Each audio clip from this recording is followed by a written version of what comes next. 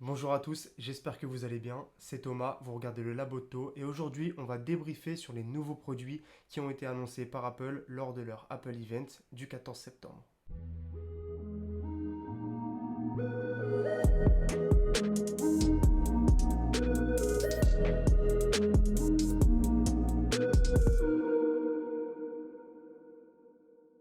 Cette keynote a commencé avec une petite surprise, l'emblématique iPad dans sa version classique a bénéficié d'une remise en beauté avec une puce A13 Bionic, une caméra avant équipée d'un grand angle et de la fonctionnalité cadre centré pour un prix tout à fait raisonnable, 389€ pour le modèle 64Go. Avec cette fiche technique et ce prix, l'iPad classique est selon moi la tablette avec le meilleur rapport qualité-prix du marché. Sa puissance, son format, sa compatibilité avec toute une gamme d'accessoires et sa longévité le placent tout en haut de la liste. Cette nouvelle version de l'iPad classique est d'ores et déjà disponible en précommande sur le site d'Apple mais également sur d'autres revendeurs comme Boulanger par exemple, pour une sortie officielle le 24 septembre. L'un des éléments les plus attendus de la soirée était évidemment le nouvel iPad mini, produit qui séduit assez de par sa taille, avec un design similaire à l'iPad Air 2021 et aux iPad Pro, dans un format de poche et décliné en 4 coloris, gris sidéral, rose, mauve et lumière stellaire, le nouveau coloris d'Apple. Dans un format si compact, l'écran bord à bord prend alors tout son sens. Son très bel écran Liquid Retina de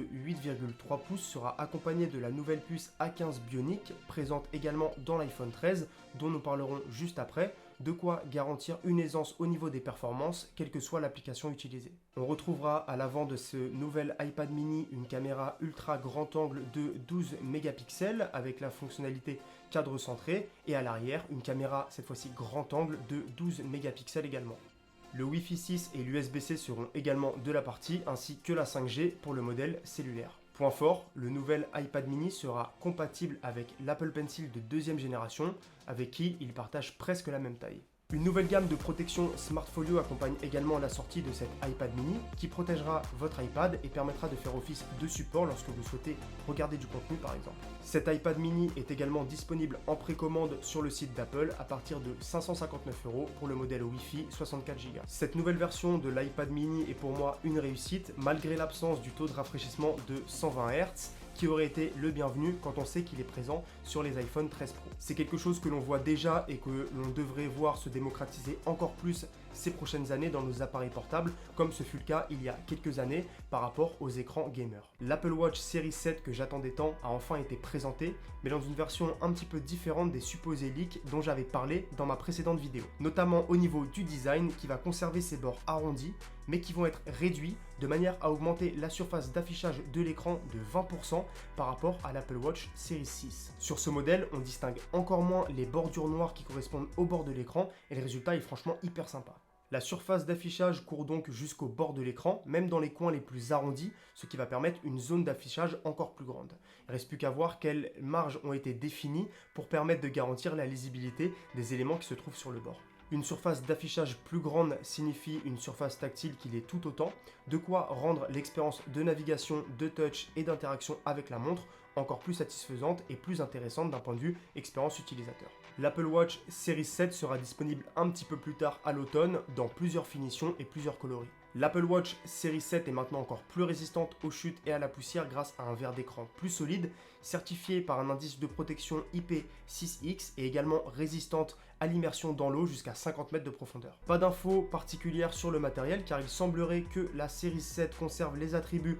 du modèle précédent avec notamment les capteurs ECG, capteurs de taux d'oxygène dans le sang et cardiofréquencemètre. Seule l'autonomie et la recharge de la batterie semblent avoir été améliorées car Apple annonce une charge plus rapide de 33% par rapport au modèle 6, de quoi passer de 0 à 80% de batterie en 45 minutes environ. Finalement, ce qui va limiter les dégâts en termes d'innovation pour cette Apple Watch Series 7, c'est l'annonce de Fitness Plus, l'application de sport sous forme de service d'Apple qui a été dévoilée lors de la WWDC du 7 juin dernier, qui fait son apparition en France et l'Apple Watch est le compagnon parfait pour ce service, ce qui illustre bien la pertinence de l'écosystème d'Apple. Pour quelqu'un qui possède un modèle antérieur type Series 2 ou Series 3, l'Apple Watch Series 7 est la bienvenue et va permettre de profiter d'un écran plus grand, des fonctionnalités relatives à watchOS 8 mais également des nouveaux capteurs. En revanche, pas sûr que les détenteurs de modèle 6 ou SE soient particulièrement ravis ou impressionnés par cette simple mise à jour au niveau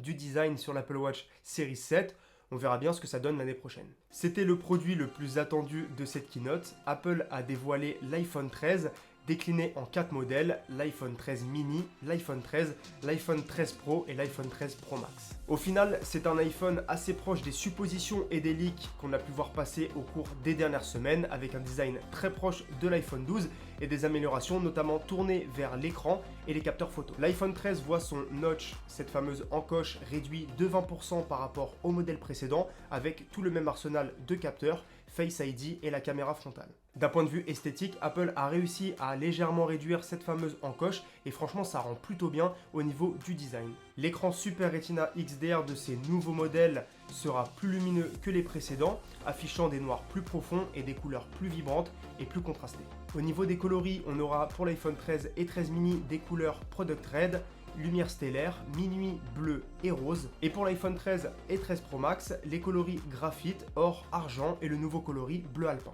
En termes de tarifs, pour les modèles 128 Go, on est à 809 € pour l'iPhone 13 mini, 909 € pour l'iPhone 13, 1159 € pour l'iPhone 13 Pro et 1259 € pour l'iPhone 13 Pro Max. La nouvelle puce A15 présente dans le nouvel iPad mini va équiper cette gamme d'iPhone 13, garantissant des performances accrues et une meilleure gestion de l'autonomie de la batterie. Mais cette année, ce qui va faire une grosse différence entre la gamme 13 classique et la gamme 13 Pro, c'est la présence d'un écran ProMotion dynamique jusqu'à 120 Hz qui va équiper les modèles Pro, ce qui va avoir pour conséquence d'augmenter le taux de rafraîchissement à 120 Hz lorsque vous faites défiler du contenu ou que vous jouez à un jeu vidéo pour garantir une fluidité de l'affichage et du mouvement de ce qui est affiché à l'écran, et faire descendre ce taux de rafraîchissement à 10 Hz lorsque l'écran est immobile, que vous êtes en train de lire une partie d'un article sans toucher l'écran par exemple. C'est-à-dire que le taux de rafraîchissement de l'écran va augmenter ou baisser en fonction de ce que vous êtes en train de faire. L'iPhone 13 et 13 mini sont équipés de deux capteurs photo de 12 mégapixels, un grand angle avec une ouverture f1.6 et un ultra grand angle avec une ouverture f2.4,